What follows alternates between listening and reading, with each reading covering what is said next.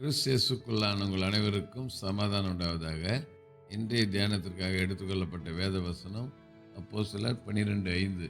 அப்படியே பேதுரு சிறைச்சாலையிலே காக்கப்பட்டிருக்கையில் அவையார் அவனுக்காக தேவனை நோக்கி ஊக்கத்தோடு ஜெபம் பண்ணினார்கள். ஆமென். இங்கே பேதுரு அப்போஸ்தலன் ஆண்டவருடைய சுவிசேஷத்தை அறிவித்ததினாலே, ஆண்டவரை பற்றி அறிவித்ததினாலே இங்கே பார்க்கிறோம், அவனை பிடித்து அவனை ஜெயிலில் போட்டாங்க. பேதுருவை ஜெயிலில் போட்டாங்க. ஜெயிலில் போடப்பட்டிருந்த பேதுருவுக்காக எஸ்லேம் சபையார் தேவனிடத்தில் ஊக்கத்தோடு ஜெபம் பண்ணாங்க. இல்லையா? ஊக்கத்தோட ஜெபம் பண்ணாங்க. கர்த்தர் அந்த ஜெபத்தை கேட்டு பேதுருவை அற்புதமாக விடுதலையாக்கி கொண்டு வந்தார். பேதுருவை தேவத்து விழாவில் தட்டி எழுப்பி ஒரு போத்துக்கோள் என் பின்னே வான்னு சொல்லி 1ஆம் 2ஆம் 3ஆம் காவலை இறக்கி கொண்டாந்து வெளியே விட்டுட்டு போகிறார். அற்புதமாக விடுதலையாகி வரும்.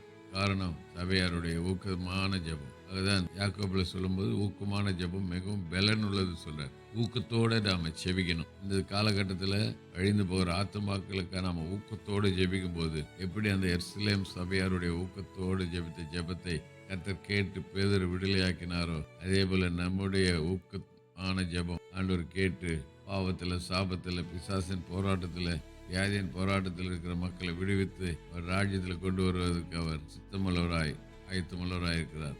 ஆக நாம் செய்ய வேண்டியதெல்லாம் ஒரே ஒரு காரியம், ஊக்கத்தோடு ஜெபிக்கணும். ஆக ஊக்கத்தோடு நம்ம ஜெபிக்கும் போது ஜெபத்துக்கான பதிலை நாம் பெற்றுக்கொள்வோம். ஆக இந்த வசனத்திலிருந்து நாம் கற்றுக்கொள்கிற சத்தியம் ஊக்கமாய் ஜெபிக்கணும். ஆக இதுவரைக்கும் ஊக்கமாய் ஜெபிக்க விட்டாலும் கூட இனிமே ஊக்கமாய் ஜெபிக்க நம்மை தாழ்த்தி ஒப்பு கொடுப்போம். கர்த்தர் நம்மை பலப்படுத்துவாராக. ஜெபிக்கலாம். நேசிக்க நல்ல தாப்பனே, இந்த நாளில் கூட கொடுத்த நல்ல வார்த்தைக்கு நன்றி. எருசலேம் சபையார் ஊக்கமாக ஜெபித்தார்கள். பேதுரு விடுதலையாக்கப்பட்டு வருகிறத நாங்கள் பார்க்கிறோம். ஆக நாங்கள் கூட அழிந்து போகிற ஆத்துமாக்கள் பாவ கட்டினால, வியாதியின் கட்டினால, பிசாசின் கட்டினால கட்டப்பட்டு இருக்கிற சிறையில் இருக்கிற அப்படிப்பட்ட சிறையில் இருக்கிற மக்களுக்காக ஊக்கத்தோடு ஜெபிக்கும்படி கற்றுக் கொடுத்த நல்ல சத்தியத்துக்கு நன்றி. எங்கள் ஜெபிக்க அந்த கிருபை செய்யுங்க. அந்த ஜெபாவி எங்களுக்கு ஊற்றுங்க. ஜெபாவி ஊற்றுங்கப்பா. சோத்திரம். எல்லா துதிக்கான மகிமை செலுத்துகிறோம். இயேசுவின் நாமத்தில் ஜெபிக்கிறோம் நல்ல பிதாவே. ஆமென். நம்முடைய கர்த்தரும் ரட்சகருமாகிய இயேசு கிறிஸ்துவின் கிருபையிலும் அவரை அறிகிற அறிவிலும் வளருங்கள். அவருக்கு இப்பொழுதும் என்னென்றைக்கு மகிமை உண்டாதாக. நம்முடைய கர்த்தராக இயேசு கிறிஸ்துவின் கிருபை உங்கள் அனைவரோடு கூட இருப்பதாக. ஆமென், ஆமென், ஆமென்.